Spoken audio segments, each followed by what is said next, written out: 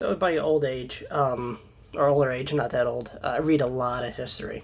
Um, it just suits my lifestyle right now. Um, it's my field of interest, and generally I just learn from it. But I do enjoy a good story, fiction story. I love storytelling in general.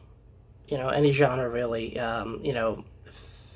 Horror, thriller, sci-fi, action. I'm all about it, especially fantasy.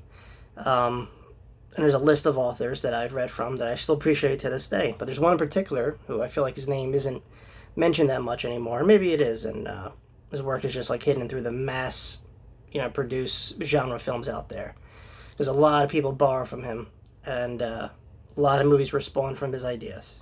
So I'll get to him in just a second. But before, I'm going to mention like a slew of authors right now that all deserve their own video. Maybe I'll get to them at some point, but I'm just gonna mention these notable mentions, and you might have heard of them, maybe not, but yeah, right off the bat, H.P. Lovecraft. If you know anything about the Cthulhu mythos, Dagon, um, really into sci-fi, weird sea creature type stuff, he's your guy.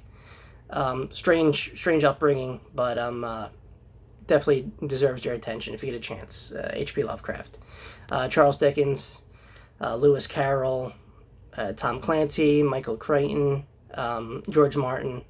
Obviously needs no introduction. Game of Thrones guy, Tolkien, Lord of the Rings guy, and like I said, I could go on and on. Oh, Clive Barker, can't miss that guy. Hellraiser. I mean, come on. All fantastic authors that deserve their own spotlight, and they're still appreciated today.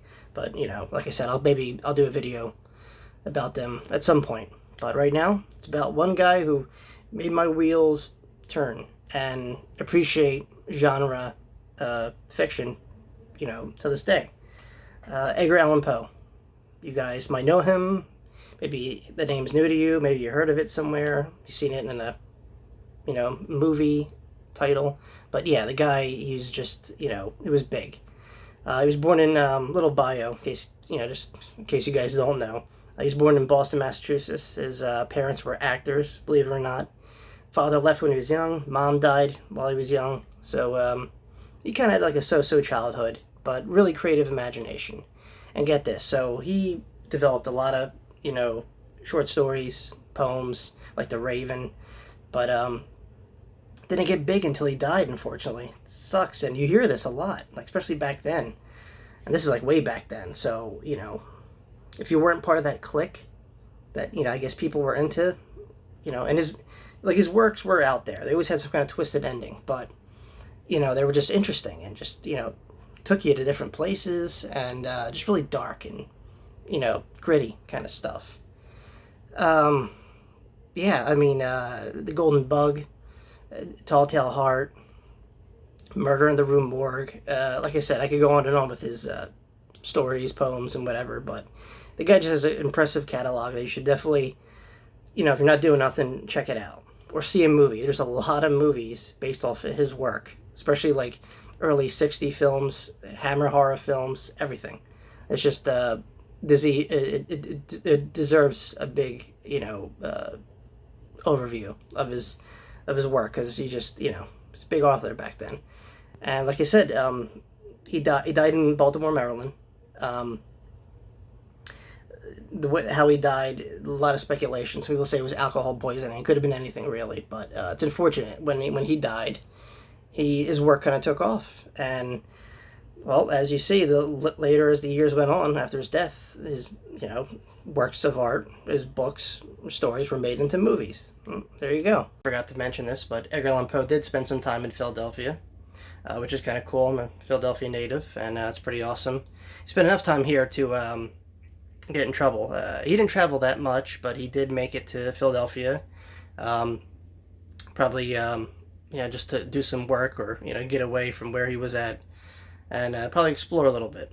There's actually a house where he spent some time. It's on 7th and Spring Garden. You actually check it out. It's like a museum.